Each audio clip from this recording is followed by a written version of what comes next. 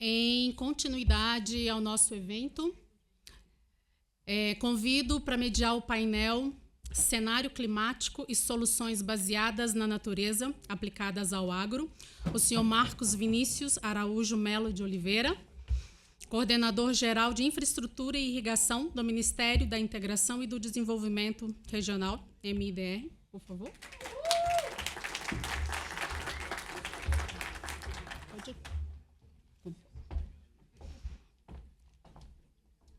E como painelistas, nós convidamos o Dr. Jorge Enoque Furquim Werneck Lima, chefe-geral da Embrapa Cerrados, da Empresa Brasileira de Pesquisa Agropecuária, Embrapa.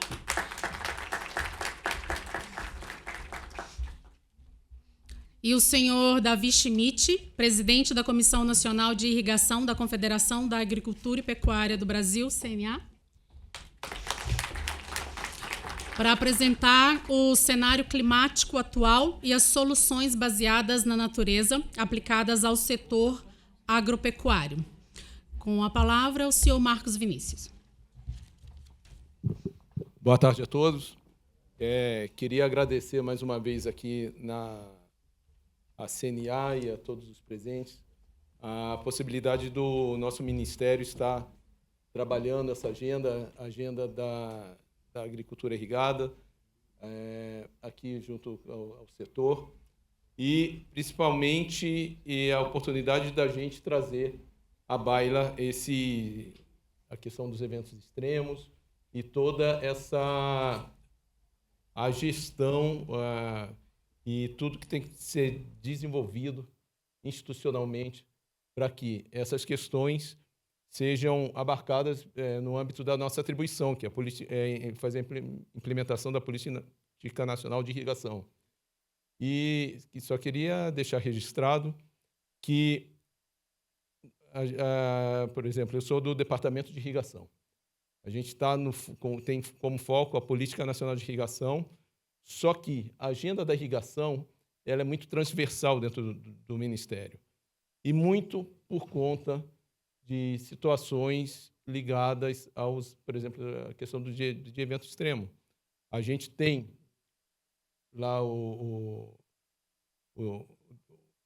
departamento do diretor Newton, que vai falar hoje à tarde também, que trabalha na parte de bacias hidrográficas, mas até na área, né, lá no pessoal que trabalha com defesa civil. Se você vê a questão dos eventos extremos, passando pela a melhor gestão do solo, das bacias hidrográficas e da questão que acaba rebatendo na irrigação, a gente tem momentos que a gente tem que conversar sobre irrigação.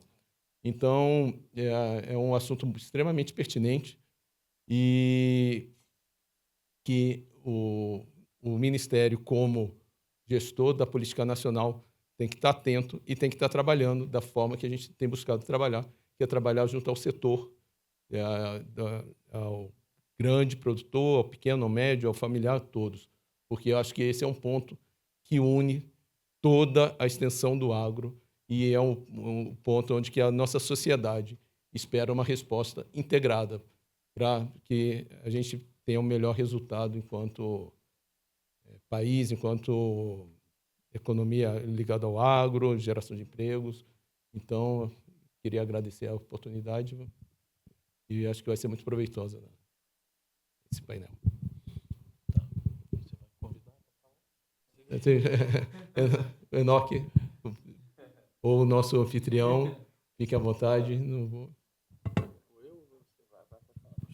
Não, bom, eu tenho uma apresentação, tá, gente? Mas antes de mais nada, eu queria dizer que é uma honra, um prazer estar participando, né? Ontem a gente esteve lá no Senado, diria que é um golaço para o setor, acho que é super importante essa integração. Fico feliz de ver CNA e MDR trabalhando juntos, queria agradecer demais pelo convite, pela iniciativa, pelo momento, né, da gente poder discutir essas ações, esse trabalho aí relacionando para além da irrigação. Eu confesso que eu fiquei meio surpreso, falei, semana da irrigação, vamos chamar para falar sobre soluções baseadas na natureza. Não, beleza, a gente fala também, a gente trabalha com isso há muito tempo dentro da Embrapa, como técnico, pesquisador, enfim. também com irrigação, mas vamos lá, vamos trocar um pouquinho de experiência. Eu só queria ver o passador, porque se eu tiver o passador, vai agilizar um pouquinho a apresentação. Você quer falar alguma coisa, Davi, antes? Fica à vontade. Alô, alô. Posso fazer enquete antes? Quem que conhece a sigla SBN? Metade? Tá bom. Vamos lá. Vamos lá. É nome novo para coisa velha, como de costume, né? O pessoal tem feito muito isso por aí, né? Principalmente na área internacional. Só para constar, o Brasil já foi contra essa sigla, né? No Fórum Mundial da Água do Senegal, a gente estava preparando a carta do evento, eu estava como diretor do Conselho Mundial da Água, e muitos embaixadores, né, o corpo diplomático veio me procurar falando, olha, o Brasil é contra, por quê? Porque isso pode ferir a soberania nacional. Eu falei, como é que é? Então, assim, essas coisas que vêm surgindo, mas hoje já aceita, tá, gente? Hoje já tá pacificado, mas pra vocês verem como é que esses conceitos e esses nomes vêm aparecendo por aí. Bom, vamos lá, deixa eu ver se eu consigo um bom relacionamento com esse material aqui. Foi? Não foi? É para baixo. Não, beleza. Então, em relação a conceito de soluções baseadas na natureza, uma mistura aí de engenharia ecológica, infraestrutura verde, gestão de serviços ambientais, manejo conservacionista do solo, né, envolvendo parte de produção de alimentos, gestão da água, conservação da biodiversidade e outros serviços ecossistêmicos também relacionados. Para frente a gente vai falar. Inspiradas e fundamentadas em processos naturais, atuam de forma extensiva e difusa sobre o uso e cobertura do solo. Então, tem muita relação do que a gente faz com o solo, das características que o solo tem, de que maneira a gente pode usar melhor essas características em benefício dos nossos projetos, das nossas ações, do uso da terra e por aí vai. Tá? Então, ainda estou brigando um pouco. Tem uma questão aí de mudança de paradigma, tá? Na engenharia, uma mudança não diria nem mudança, mas uma convergência e a busca de interação entre uma engenharia convencional, uma abordagem mais centralizada, estrutural, intensiva em energia e materiais, em relação aos benefícios, o foco menos sistêmico, digamos assim, nem diria único, mas menos sistêmico, e exemplos típicos, né, obras físicas, né, a gente fala de infraestrutura cinza, a gente fala de cimento, concreto, né, tipo tubulação, né, infraestrutura mesmo, tá? Para uma integração maior com essa parte das soluções baseadas na natureza, que eles chamam de infraestrutura verde, difusa, extensiva e ecossistêmica, baseada em regeneração natural, multifuncional, tipo serve para água, alimento, biodiversidade e outros. Restauração ecológica, plantio direto aqui como os exemplos, né? Áreas úmidas construídas e outras. Em relação à agricultura, tá, gente? Eu usei IA, tá, para construir alguns dos slides, que eu não tenho capacidade de fazer algo assim, né? Mas é o seguinte, só para vocês saberem que cerca de 90% do que a IA me forneceu eu joguei no lixo, tá? Só para vocês terem uma ideia. Tem que tomar cuidado com o uso dessas coisas. Então, se aparecer alguma coisa meio maluca aqui, eu também aviso. Então, um paradigma antigo, visão, atividade rural vista como ameaça dos ecossistêmicas, mecanismo, foco exclusivo em punir o agricultor e resultado, conflito permanente entre produção e a questão de escassez hídrica. Para um novo paradigma, a agricultura reconhecida como infraestrutura essencial, como uma solução baseada na natureza, mecanismo, recompensar a conservação de serviços ecossistêmicos, resultado, produtividade e sustentabilidade operando como aliadas. E aí uma frase, né, que está modificada, o que a IA me deu está por baixo desse negócio aí, a agricultura precisa buscar sinergias com o meio ambiente. Que é uma coisa óbvia que a gente faz há muito tempo, mas eu acho que assim, tentando extrair o melhor desse novo conceito que se apresenta para nós. Tá? Não sei se vocês perceberam na fala ali que foi isso, né? Nesse quadro, mostra uma visão que ainda existe em muitos lugares, tá? E que a gente tem que transformar nisso aqui, obviamente com base em dado, base em ciência, base em conhecimento. Tá? Transformando o campo como o manejo agrícola e o agronegócio assumem o protagonismo na segurança hídrica por meio das soluções baseadas na natureza. E aí a bacia hidrográfica como fábrica de água, nós temos alguns projetos por aí, daqui a pouco eu vou mostrar um deles, né? Temos que lembrar que 68% da população global viverá em cidades até 2050. No Brasil, esse número é maior que 80%, por incrível que pareça, cidades de mais de 100 mil habitantes. Tá? E nós temos aí algumas projeções de conflitos. Aqui no DF, a gente vivenciou isso de forma muito clara, depois também vou trazer mais detalhes sobre isso, e a cidade depende irreversivelmente do campo. As áreas a montante precisam ser geridas estrategicamente como sistemas produtores de água. Então, a área de produção, muitas vezes nós temos muita agricultura, muita área natural nessa parte de cima, e temos a cidade na parte de baixo, e isso tem que conviver de maneira o mais sustentável possível. Aqui nós temos uma síntese aí, a fazenda produtora de água, lá em cima, por exemplo, né, no alto da encosta, terraceamento, podemos ter preservação das nascentes, coisas do gênero. Na parte agrícola, plantio direto, controle de escoamento superficial, controle de erosão, as APPs nas margens dos rios, como filtro biológico, a parte de estabilização de encosta dos rios, né, que se você não tiver isso, você tem erosão, vai comendo. Quem tem costume aí de pescar já deve ter visto muito esse tipo de situação, que às vezes aonde tem a árvore fica ali cria-se até um remanso, fica aqui a árvore segurando a encosta e faz a volta aqui a água fica meio paradinha, até roda assim. Enfim, e aí você vê também as wetlands, as zonas úmidas, fazer bacias, utilizar realmente o relevo, utilizar as características do terreno da maneira mais inteligente possível para que a gente possa ter a produção agrícola e, ao mesmo tempo, de alguma maneira, minimizar os impactos nos recursos naturais. E a gente tem técnicas e tecnologias para isso, e a própria lei brasileira, como Código Florestal, já traz muito daquilo que a gente tem que fazer, né? Enfim. E aí também essa parte do motor financeiro, né, essa relação, né, cidade usuária com um produtor rural, provedor de serviços ecossistêmicos, de água em qualidade, no caso aí, qualidade e quantidade. Tá? E aí nós temos aí usuários urbanos remuneram financeiramente os produtores rurais pela conservação ou pelo bom uso, vamos colocar assim.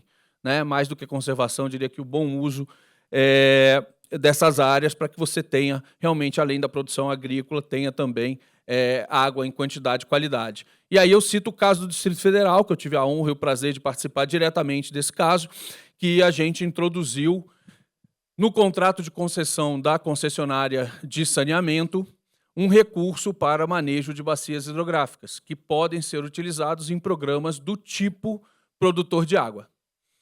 Tá? Então, e a gente, para isso, pegou um percentual da tarifa e falou, se for usado para este fim, você pode considerar isso na tarifa. Ou seja, é a cidade, os usuários da concessionária de abastecimento público, fornecendo recursos para você fazer, para você apoiar e dar suporte e incentivar os produtores a adotarem melhores práticas em suas propriedades para que você tenha água, e esse valor de aproximadamente, tá, uma média, enfim, de 10 milhões de reais por ano, só aqui dentro do Distrito Federal. Tá? Há uma tendência, né, de você avançar cada vez mais na questão das soluções baseadas na natureza. Vejam ali as soluções de infraestrutura cinza, reservatórios, poços, na verdade é barragem, né? Poços, transposições de bacia e outras. E muita gente coloca isso como ponto de flexão ou competição ou coisa do gênero. Não é, tá, gente? Não é para ser. É para trabalharem junto, porque eu queria... Aqui tem questão da modelagem hidroeconômica, e aí depois eu vou citar um pouquinho, vou contar um pouco de história. SBN não exclui infraestrutura cinza, isso é importante. Mas modelagens de otimização, aí tem a citação de alguém, comprovam que a integração contínua de soluções baseadas na natureza reduz de forma drástica altos custos da escassez hídrica ao longo prazo. E aí eu já aviso que temos que tomar cuidado com esse negócio de reduz de forma drástica os altos custos, até porque quem já mediu rio aqui? Alguns. Quem já trabalhou com modelagem hidrológica? Menos ainda. É fácil acertar na modelagem hidrológica? Não é fácil acertar na modelagem hidrológica. É fácil a gente modelar os impactos desses serviços, né, de plantio de árvore, recuperação de área, mesmo que seja plantio direto ou terraceamento. É fácil a gente acertar os valores numa escala de bacia hidrográfica ainda mais? Não é fácil. Tá? Então, tomem cuidado, porque muitas vezes eles conseguem isso aqui por meio de modelo. E por meio de modelo eu posso gerar o resultado... É igual economista, né? Posso gerar o resultado que vocês quiserem. Né? Desculpem, meus economistas. Mas, enfim, é porque a modelagem é algo extremamente sensível, difícil e tal. E obra física, não. Barragem é mais fácil, né? Um tubo, você falar que tem 0 de perda, é mais fácil. Né? Agora, vai falar isso num canal de terra. Quanto que é a perda? Se eu não for lá e medir, meu amigo, não vai. Então, fazer essas modelagens, projeções, então a gente tem que tomar muito cuidado, né, e trabalhar com isso de maneira muito séria até, porque decisões são tomadas com base em modelos. Faz parte. Agora, você precisa entender que todos os modelos são errados, alguns são úteis. E, para isso, você precisa ter gente que entenda o que está fazendo para poder apoiar, de fato, no processo de tomada de decisão. Então, ele pode reduzir custos de escassez? Pode, de fato. Tá? Pode ser interessante, sim. Cuidado com os modelos hidroeconômicos. A gente aplicou o modelo hidroeconômico. Quem aqui já aplicou algum modelo hidroeconômico? Ninguém. Talvez o Everardo. Já. Os modelos hidroeconômicos são perigosíssimos. Quando eu tenho uma cidade e eu tenho irrigação ou agricultores em cima, meu amigo, vocês não têm a menor dúvida de que 1 metro cúbico na cidade vale muito mais do que 1 metro cúbico na área agrícola. Então, se eu usar simplesmente um modelo hidroeconômico, tchau, área agrícola. Tá? Então, eu preciso pensar na coisa social, e a gente teve esse problema aqui, a gente teve essa questão. A gente, junto com o BID, a gente aplicou um modelo hidroeconômico desenvolvido por eles e chegou, óbvio, num resultado claro. Era isso mesmo. Tá? Só que a gente fez isso, a gente adotou isso como solução? Não, porque tem questões sociais. Imaginem se eu tirar todo mundo da bacia do autodescoberto aqui. No dia seguinte, eu tenho um monte de condomínio ali em cima. E isso é bom para abastecimento da cidade? Não, não é bom para abastecimento da cidade. Eu preciso ter área agrícola, porque na área agrícola eu tenho infiltração, eu tenho um certo controle, regulação. Mas muitas vezes pode ser até melhor, pode ser. Se eu usar as boas práticas, as boas técnicas, eu posso ter uma área agrícola produzindo, inclusive, mais água do que eu tinha anteriormente. Né? Floresta, por exemplo, consome muita água. Evapotranspira muito, né? Isso para a gente, na hora que a gente vai fazer o balanço hídrico de uma bacia, se eu coloco mais floresta, a água vai mais para evapotranspiração, e eu quero, muitas vezes, água no rio, né?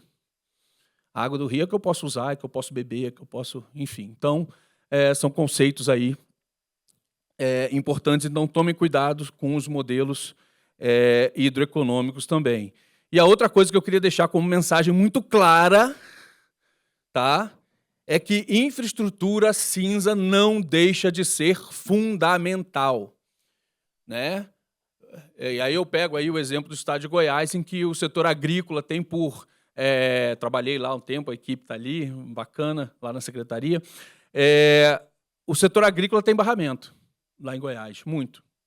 Muito. A gente fez um processo lá de cadastramento dos reservatórios, em 1 ano cadastrou mais de 50 mil. Né? Só para vocês terem uma ideia da brincadeira. Só que o setor de saneamento não tem. E aí, quando faltava água, o que acontecia? O setor agrícola abre seus barramentos para poder abastecer a cidade. Né? Então, assim, vejam como que é importante essa questão da infraestrutura. Porque quem tinha água só era quem tinha barramento. E eu estou falando para construir barramento de qualquer jeito, qualquer lugar? Não, pelo amor de Deus, não. Tem gente que fala, não, o Jorge não é a favor de barramento, eu sou contra barramento feito sem estudo. Porque se cada um construir o seu, muitas vezes isso pode ser hidrologicamente ruim para a bacia. Então, na hora de fazer barramento, o setor elétrico, eu também já tive a oportunidade de trabalhar na ANEEL, quando você faz partição de queda, faz análise, você vê aonde que são os barramentos mais interessantes dentro de uma bacia para que você tenha, no geral, um melhor aproveitamento da água ali existente. Então, a gente tinha que fazer a mesma coisa na área agrícola. Não é cada produtor ter o seu. É pensar de que forma a gente consegue ter, com menor custo, mais água, né, dentro de um sistema como esse. Tá? Então, por favor, infraestrutura cinza continua sendo extremamente importante. E aí, agora, trazendo um exemplo, né, o Programa Produtor de Água do Pipiripau, em que tem muita gente que o vende, né, é incentivado pela ANA, foi criado lá na ANA, no ano 2001, acho. Né? Eu sempre gosto de dizer que eu fui contra o nome produtor de água, porque quem produziu foi só um, e aí depois a gente fala que produz água, e não é bem isso. Mas eu falava que não, vai ser conservador de água, vai ser o bom uso da água e tal. Não, mas eu perdi e deu certo. Eu estava errado. O nome produtor de água pegou e foi bem e está beleza. Fiquei feliz que estamos já pacificados, né, em relação a isso. E tem muita gente que fala que o principal resultado do Programa Produtor de Água é melhorar a quantidade e qualidade da água. Você pode continuar falando isso, mas é difícil de medir pra caramba, viu? Passei já 20 anos medindo ali dentro do Pipiripau, 40% da bacia já modificada, e o que gerou benefício lá foi a infraestrutura cinza, como eu vou mostrar agora para frente. Mas o que mudou dentro da bacia foi a relação entre cidade e campo, a relação entre a CAESB, a concessionária, e os produtores rurais, foi a governança da bacia. Hoje, com o celular, consegue ligar e falar, posso abrir o canal, fecha o canal, senão vai faltar água na cidade. Pera um pouquinho, me dá mais 2 horas que meu produtor vai irrigar, e daqui a pouco você fecha e você pode abrir até a hora amanhã. E assim se faz gestão de recursos hídricos. E o projeto teve um papel fundamental para poder juntar as pessoas em prol dos recursos hídricos da bacia. E hoje o produtor não é mais visto como vilão. O produtor é parceiro na hora da crise, tá? Na hora da falta d'água. E isso é muito importante.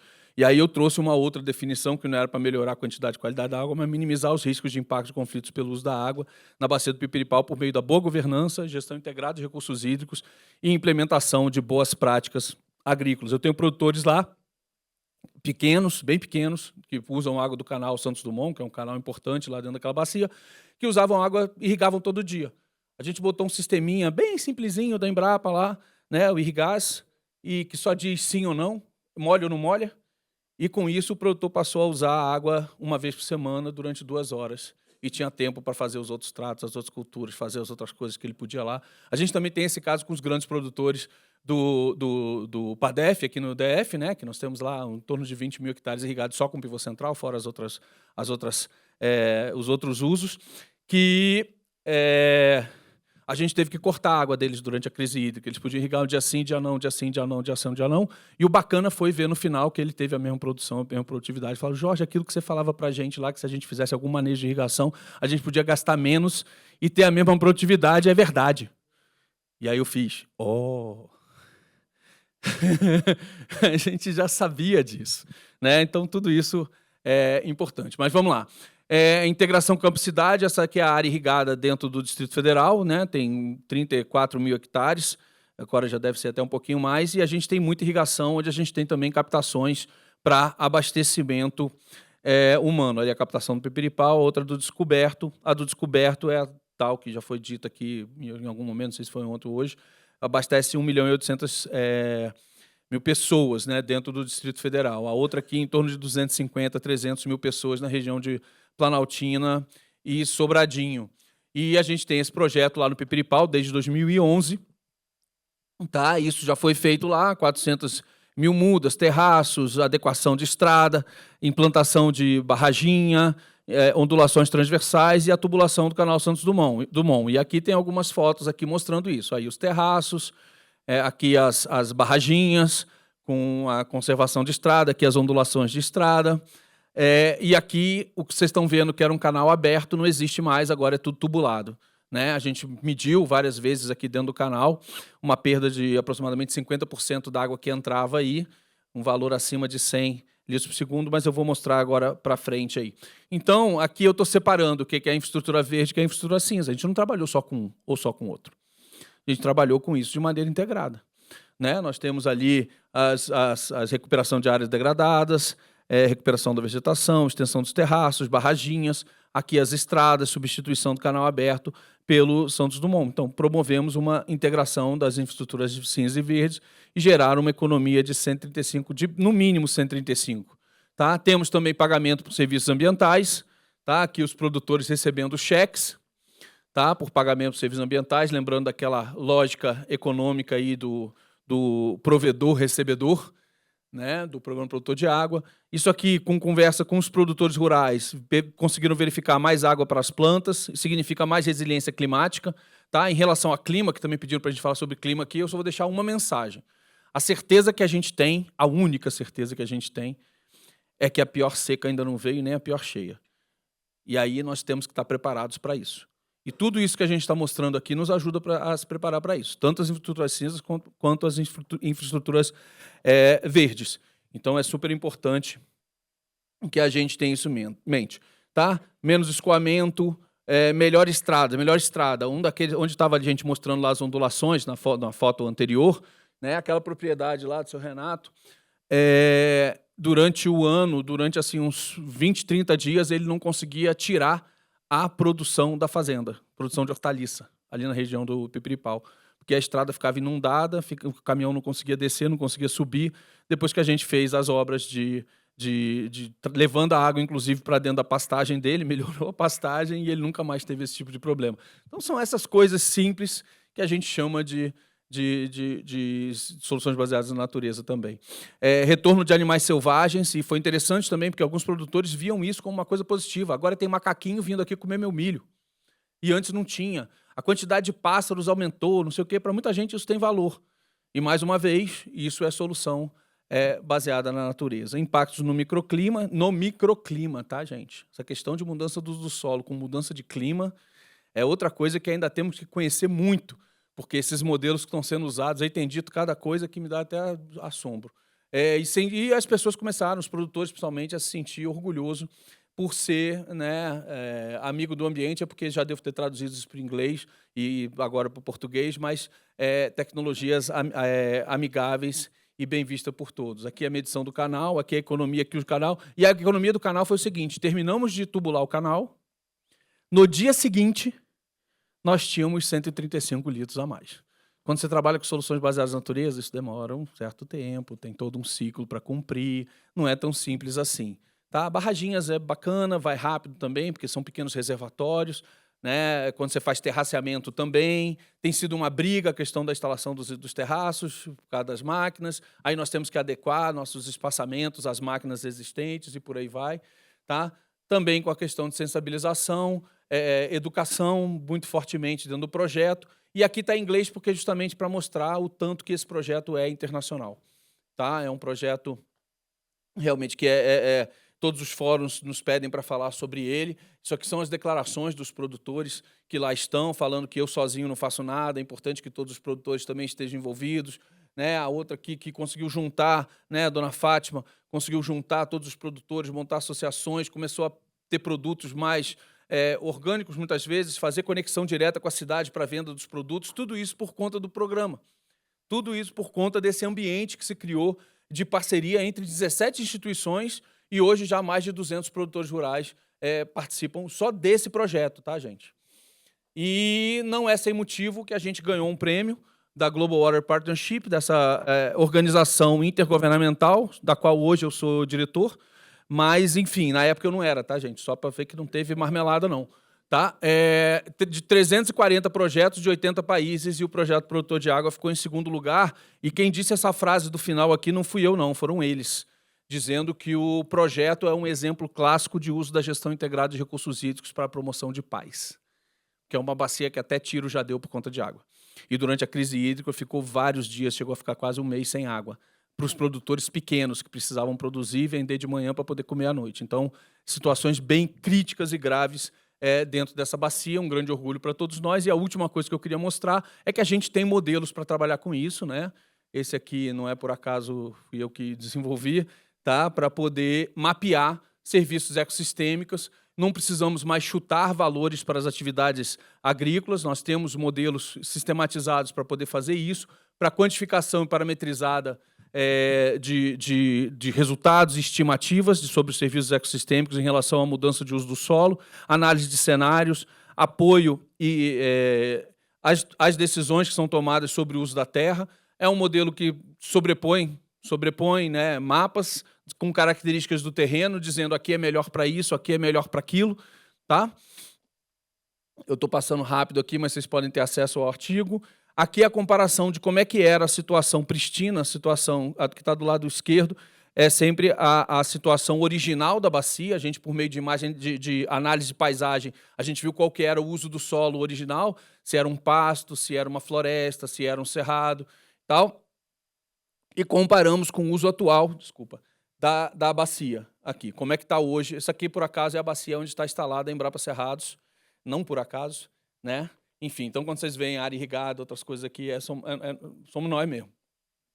Tá? E aí você tem uma nota para como era antes, como ficou depois em relação ao controle de erosão, o controle de escoamento superficial, ao abastecimento de água. E aí você vê aqui os pivôs centrais vermelhinhos aqui, porque em relação ao abastecimento de água, ele compete com a água para os sistemas de abastecimento. Não é sem motivo que a gente tem conflito entre agricultura e agricultura em determinadas bacias, entre agricultura e setor elétrico, foi citado aqui hoje de manhã o caso de São Marcos, bacia do Rio Preto é outra. Tá? Então, isso aqui é um assentamento, esse que está vermelho quase sempre aqui, é o início de um assentamento, teve todo um desmatamento, construção de rua e tal, e você vai vendo quais são os impactos que eles geram para os serviços ecossistêmicos. E você tendo isso mapeado, se eu quero melhorar a questão da água, eu sei aonde atuar. Se eu quero melhorar a questão de sedimentos, eu sei aonde atuar. Se eu quero fazer alguma reversão de terreno em relação à biodiversidade, eu sei aonde que eu vou atuar e aonde que eu vou ter com menos área o maior benefício. Claro que isso é tudo apoio ao processo de tomada de decisão. Isso não decide para a gente, tá? Isso é modelo, mais uma vez. E isso você consegue sistematizar e enxergar os trade-offs. Aqui, para poder... funciona. Aumentei a produção de alimento, eu tenho lá área irrigada, tenho isso, tenho aquilo, aumentei a produção de alimento, e aí teve talvez um pouco menos em relação... O verde é a área natural, tá? O vermelho é o que é atualmente. E eu não gosto de falar isso, mas enfim, essa mancha verde não me deixa feliz. Enfim, essa mancha verde significa os limites aonde eu consigo ou não consigo medir o impacto sobre aquele serviço ecossistêmico. Por exemplo, medir vazão mínima é fácil.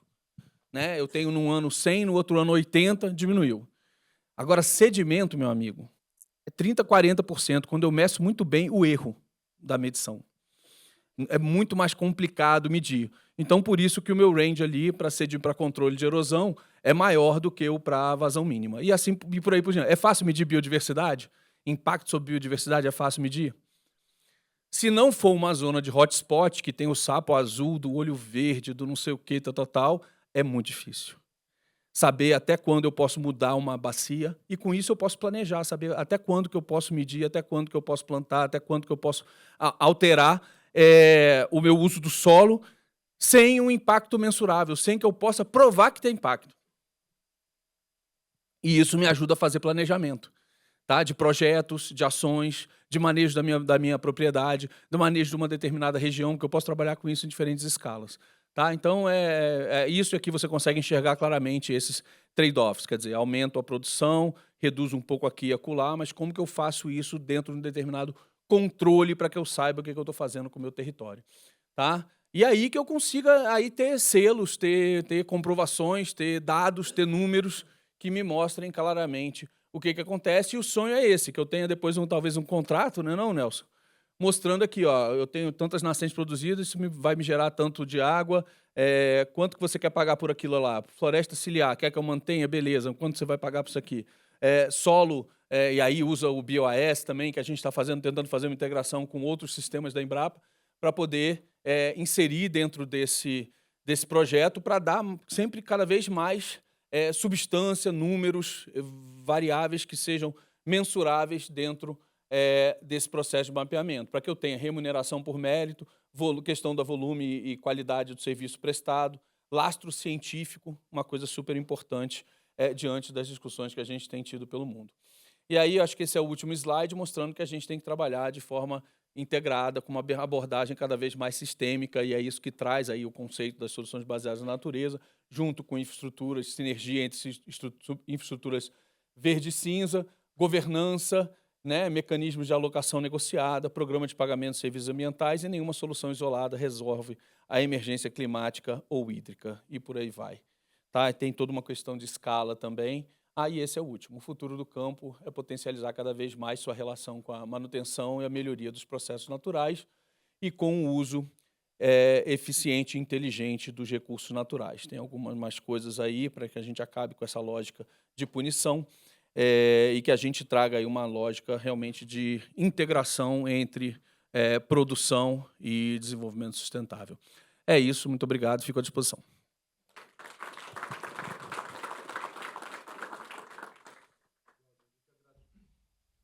A gente agradece pela aula sobre SBN, extremamente importante, pertinente, e passo a palavra agora para o Davi.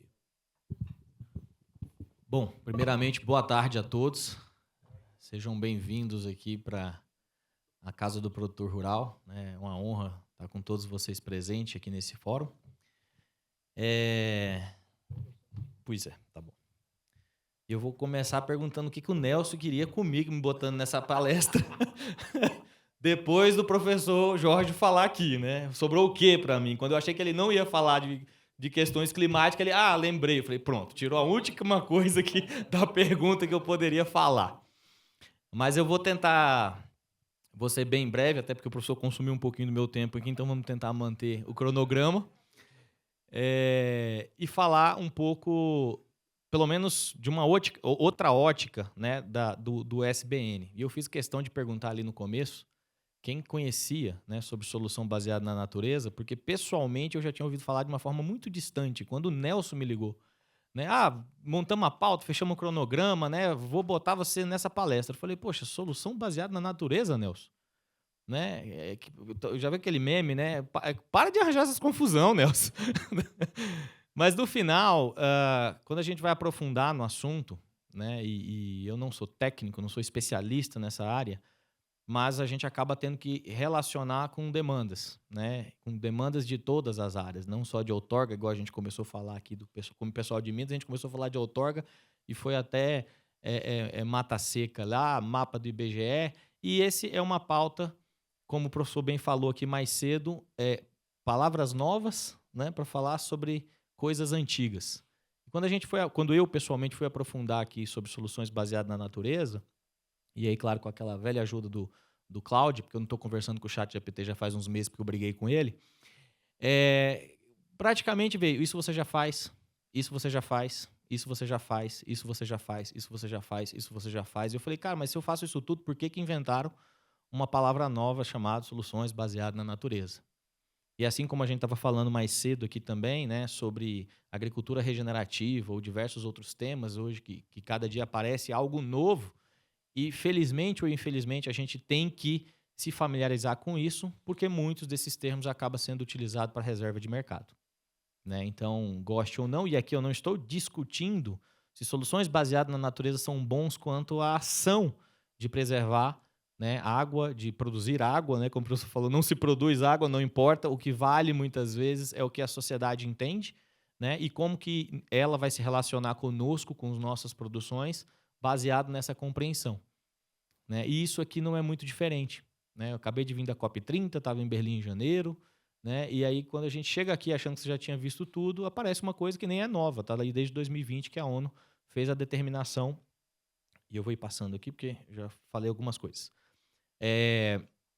que a gente já vem falando, né? Aqui a resolução da ONU fala, ampliar a definição, inclui conservar e usar de forma sustentável e abranger ecossistemas terrestres de água doce, costeira e marinhos, entregando bem-estar humano, serviços ecossistêmicos, resiliência e biodiversidade, né? Aí, para mim, parece bonito. Só que a gente que tem que relacionar todo dia com os legisladores, né, com ONGs e com órgãos ministeriais, quando fala em solução baseada na natureza, eu começo, mas aí o professor já tentou fazer a melhor definição possível ali, inclusive, entre cinzas e o que é cinza e o que é natureza de solução, mas para mim, no final das contas, tudo é solução e a gente precisa entender esse conceito e também defender o que nós fazemos no solo para a gente justificar que a gente atende esses conceitos. Porque no final das contas, daqui a pouco, isso vem como uma blindagem para a gente, por exemplo, vender produto para a Europa, né? Volta e meia, eu acho que para quem acompanha sabe muito bem, as novas normativas, as novas moratórias sobre desmatamento, né? Daqui a pouco vem aquela enquadrada, né? Mas vocês usam, né, as SBNs na sua lavoura, porque só a partir, né, de 2027, 28, 2030, toda propriedade só vai poder vender para a Europa se atender, né, a resolução lá da ONU de soluções baseadas na natureza. Aí a gente pode entrar naquela discussão. Não concordo com isso. A gente estava num debate desse no algodão recentemente sobre certificação. Metade dos produtores querem abolir a certificação do algodão, a outra metade vê como um diferencial de mercado. E me preocupa, porque cada dia que passa, o mercado parece que está mais menor, no caso, né? A população mundial, de certa maneira, principalmente os mercados de poder econômico maior, estão cada vez parando de crescer, né? Você vê o Japão diminuindo de tamanho, a Europa estagnada, quando fala do europeu, sem considerar a migração, né? E diversos outros países estagnando. E esses são mercados de poder aquisitivo. Então, todo dia, quando a gente vê, na verdade, esses posicionamentos de mercado diferente, para mim, pessoalmente, aqui, soa muito como regulação de mercado, né? E se a gente quer acessar esses mercados, e olha que eu trabalho não só com algodão, soja, milho, cacau agora, que também está com uma outra ótica, e é incrível analisar a ótica do cacau e da soja. Soja tem abundância, é cheio de regulamentação. Quando você vem para o cacau, que tem déficit de mercado, as mesmas trades tratam de uma forma totalmente diferente, né? Agora, quer dizer que eu não preciso entender? Não, eu preciso entender. E aí o professor falou, de vez em quando, em vez de combater, o que a gente tem que se fazer é se posicionar que nós já atendemos. Porque há muito tempo, desde o SG e N outras letrinhas que já foi falado lá para trás, né, plantio direto no Brasil é desde a década de 70. A gente já estava fazendo isso. E o que, quem sabe, a gente precisa fazer é compreender, quem sabe não temê-las, né, nem necessariamente proibi-las, mas entender como que a gente se enquadra no que está se fazendo para atingir esses mercados que estão cada vez mais estreitos, mas ainda tem o poder aquisitivo e a fatia do que a gente deseja. E quanto ao que fazer, o que fazemos, né, e aqui eu vou dar mais alguns exemplos práticos de ações, não só do nosso sistema, de ações que atuam, né, com o intuito de práticas, né, de soluções baseadas na natureza, mas está aqui um caso, para mim, icônico em 2015, né, a meta de 1.000 nascentes preservadas, que a ideia basicamente foi identificar as nascentes, cercar a nascente, limpar a área, controlar a erosão, replantar espécies nativas. Foi alcançado mais de 1.700 nascentes nesse projeto, que foi promovido pela CNA. E replicado, né? A IBA tem projetos semelhantes, que ainda está atual lá, né? Acho que você vai falar um pouco depois sobre isso. Diversas outras associações, regiões e produtores entenderam a consciência de que para que você mantenha o fluxo da sua água, tão importante para irrigação, você precisa fazer reservação de nascente. Opa, para baixo. A parte de estudo de biomas, também desenvolvida aqui pela CNA, em parceria com diversos órgãos. Agora comecei a falar de uns projetos mais... Nós dois trabalhamos nesse. Pois é. Então, assim, são projetos que já são consolidados hoje pela entidade, e o mais icônico, né, é todo o projeto ABC, que a gente alcançou em praticamente todos os critérios, né, e, mais uma vez, a gente bate muito nessa tecla, porque as pessoas nos cobram, mas esquecem de aplaudir. Porque foi nos proposto, lá de 2010 até 2019, e está aqui, foi entregue, com 15% acima das metas propostas, né? Então, a gente precisa relembrar as pessoas, relembrar nas instituições, não só dentro do nosso país, mas fora muitas vezes, e aí, claro, com a ajuda de todos os ministérios, que as metas propostas para a agricultura brasileira são atendidas. São atendidas e se enquadram em todas as sopas de letrinha que, de vez em quando, o pessoal dá uma embaralhada para confundir um pouco a cabeça do produtor rural. E a gente tem que tranquilizar o produtor rural falando, você está atendendo. Sempre tem que melhorar? Sempre. Sempre, porque a gente sempre vai ter que melhorar, a humanidade sempre melhora e o produtor rural não é diferente disso. E claro, né, falando aqui do agro brasileiro, não é diferente, né, preservar a preservação, né, as práticas adotadas hoje pelo agricultor são estratégias para mitigação de mudança climática. E quanto à questão de mudança climática, também para não perder o gancho aqui, recentemente eu tinha visto uma foto que eu acho que é o registro mais antigo de documentação de nível de rio, ou de enchente, na verdade, de uma interferência climática, de um clima extremo. Na Alemanha tem uma foto muito icônica, depois vocês podem pesquisar. Está lá uma ponte com diversas marcações sobre uma enchente que teve na determinada cidade. E a mais antiga foi em 1501. 1501. Foi a pior enchente, né? E aí o Brasil é um país muito novo, né? De vez em quando a gente acha que tudo aconteceu nos últimos 50 anos. A culpa das mudanças. Mas é óbvio que é culpa das mudanças. E vai continuar mudando. Acho que a palavra foi muito assertiva do professor Jorge aqui mais cedo. Nem tivemos a última cheia, a maior cheia das nossas vidas e nem a maior seca. E seria estranho se o mundo não mudasse, porque ele muda desde quando a gente não estávamos aqui. Agora, a parte onde a pesquisa e a tecnologia, e aí sim abarca a irrigação, é que nós temos que continuar estudando, não achando que um dia a gente vai fazer que o mundo pare de mudar, mas que a gente tem que estar preparado para isso. Né? Preparado para a pior seca e preparado para a pior enchente. E aí sim a parte da ciência, ela vem corroborar com o que a gente precisa no campo e na cidade também. Né? Mas eu acho que, de forma nenhuma, eu acho que não é nem inteligente uma palavra que muitas vezes também a gente ouve as pessoas falar, você é negacionista quanto à mudança climática. Não, a mudança ela existe. Né? O que, na verdade, eu não acredito é que eu sou capaz de fazer isso. Né? Eu preciso me preparar para isso. E o produtor ele tem que ser capaz, não só o produtor, a comunidade rural, toda a comunidade urbana, né, de uma determinada localidade tem que estar preparada, tem que planejar isso. E aí vem políticas agrícolas, né, que corroboram aqui com o que eu estou falando, que é essencial, e a parte do reconhecimento. Né? Os produtos agrícolas brasileiros têm amplo acesso ao mercado global. Os 190 países que importam produtos brasileiros atestam o nosso compromisso com os maiores alto padrão internacional e precisamos continuar reforçando e vendendo e batendo nessa tecla, porque no final das contas, isso que importa para o mercado. Eu falei um pouco disso ontem no Senado. Né? Infelizmente, temos concorrentes, felizmente ou infelizmente, mercadologicamente falando, infelizmente. E a gente precisa entender que muitas vezes o que contam, né, de nós, muitas vezes não é o que realmente nós somos, mas simplesmente o que é a propaganda sobre o nosso produto, uma propaganda negativa sobre o nosso produto para fazer reservação de mercado. Né? Então, precisamos evoluir um pouquinho aqui, né, esse conceito que ele é importante, sim, e eu não estou dizendo que não. Aqui eu estou afirmando. Toda a parte de práticas de conservação ambiental, ela é importante. O que a gente só não pode é surtar achando que a gente parece que não atende nunca essa expectativa da sociedade.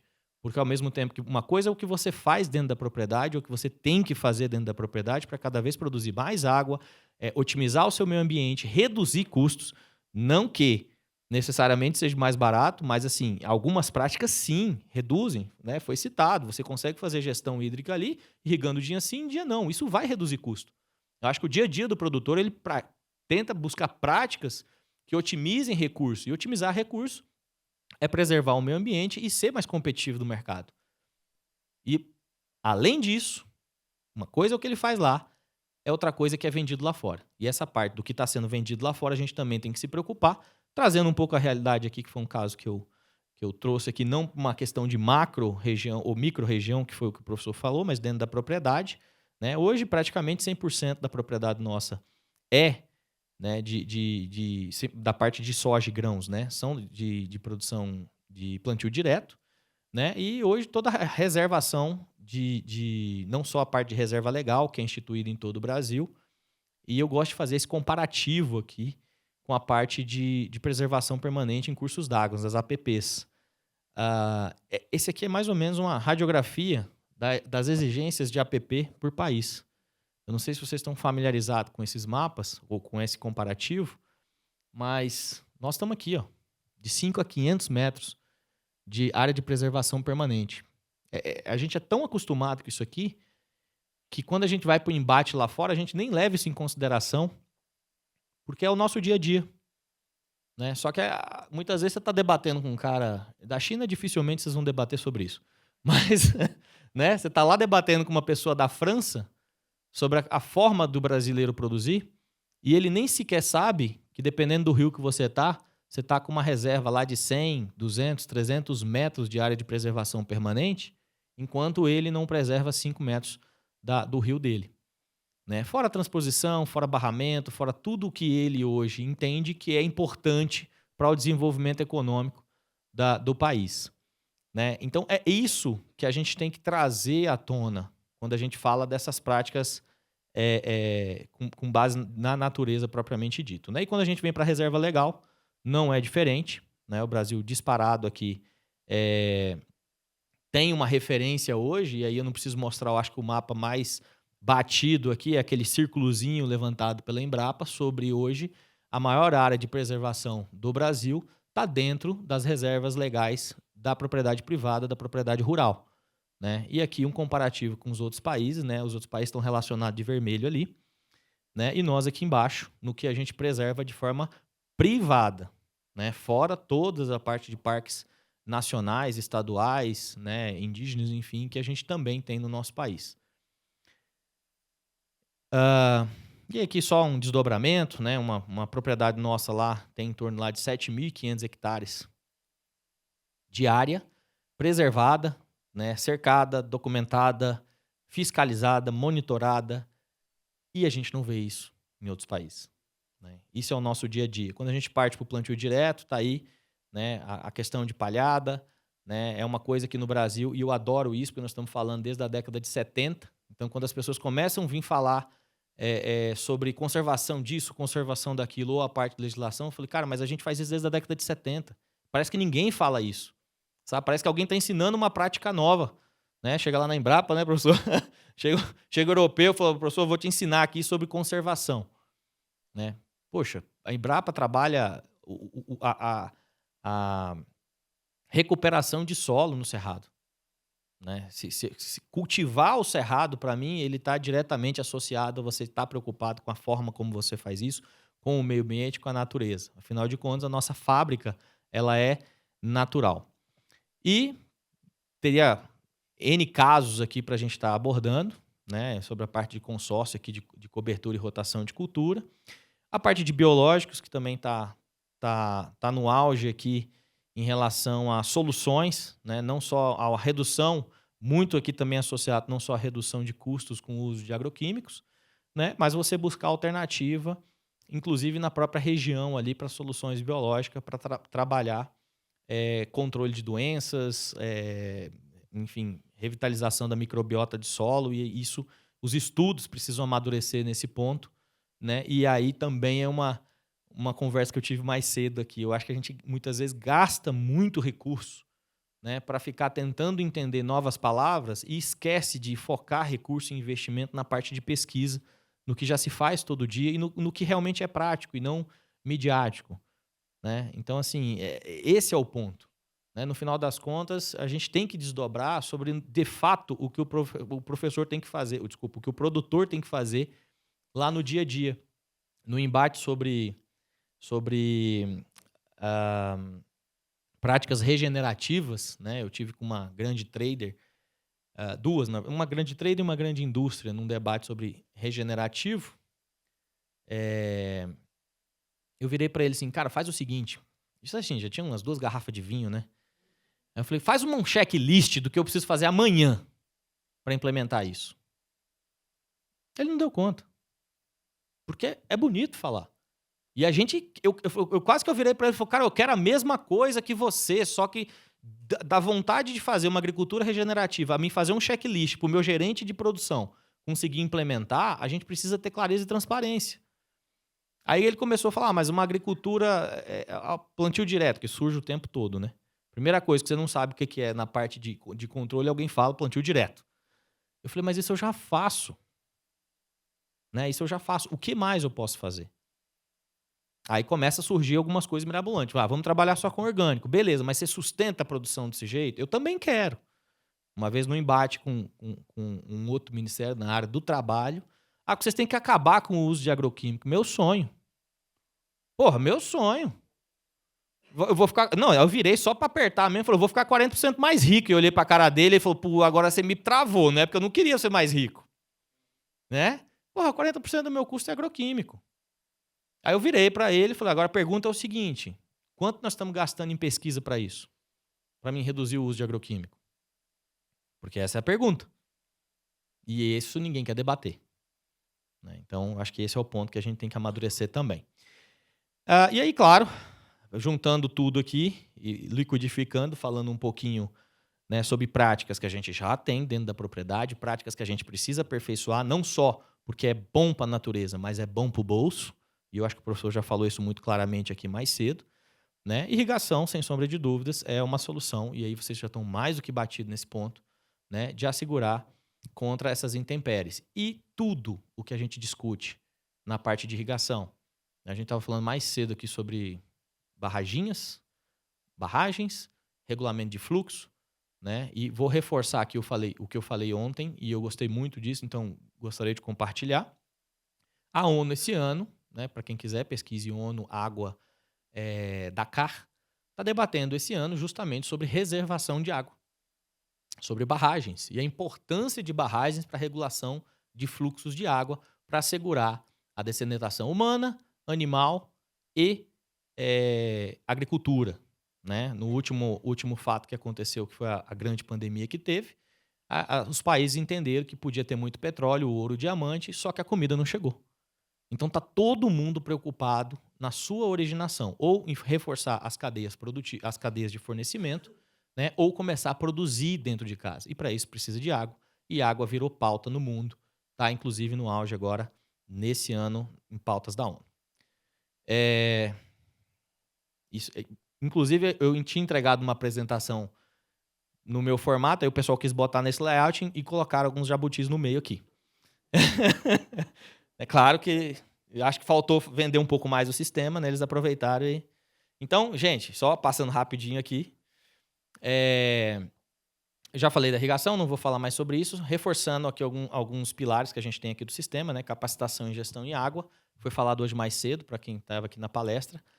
Todo o braço do Senar aqui que faz chegar, né, na propriedade, mais de 400 mil propriedades atendidas. E a parte da representação, né, da Comissão Nacional de Irrigação, né, para aqueles associações que ainda não participam ou federação, participem das nossas reuniões da comissão, porque é muito importante a gente entender um pouco o problema de vocês. Ultimamente só chega de Minas Gerais, brincadeira à parte, mas a gente precisa entender, porque no final das contas, a gente brinca, Brasília de vez em quando cria muito problema, mas cria problema porque a gente está omisso em algumas dessas áreas. E a turma aqui da Comissão Nacional de Irrigação, ela se desdobra em diversos comitês, está ali alguns casos, CNRH, CONAMA, interlocução com a ANA. Amanhã a gente tem reunião aqui dos polos de irrigação ali no MDR, enfim. A turma enxuta aqui, mas é altamente capacitada e produtiva, tenta estender todos os braços para prevenir, muitas vezes, que isso se desdobre aqui de Brasília e atinja o produtor rural ou as associações lá na base. Agora, claro que a gente precisa desse apoio de vocês, da participação de vocês aqui, para entender, inclusive, o que está acontecendo lá e conseguir prevenir, segurar esses problemas dentro de alguns estados para que não se alastre, ou prevenir aqui, muitas vezes em Brasília, para que isso não desdobre para lá. Clima e produção não são opostos, né? São parceiros quando geridos com inteligência, e a agricultura não é diferente. O produtor rural pode ser, sim, o principal agente de solução da crise climática, e está aqui o professor não só demonstrou aqui o exemplo, né, do produtor de água também, né, mas remunerando por serviços ambientais, que eu acredito que seja o nosso sonho aí de todo produtor há muito tempo. Muito obrigado, viu, pessoal? E a gente fica à disposição para qualquer dúvida.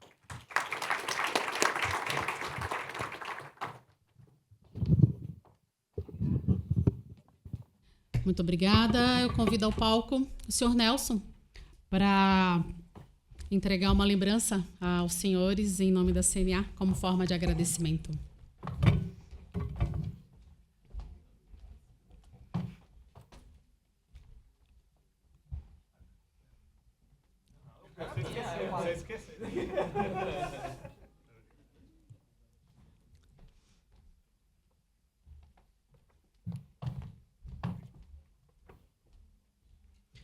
E convido os senhores para uma foto oficial do painel.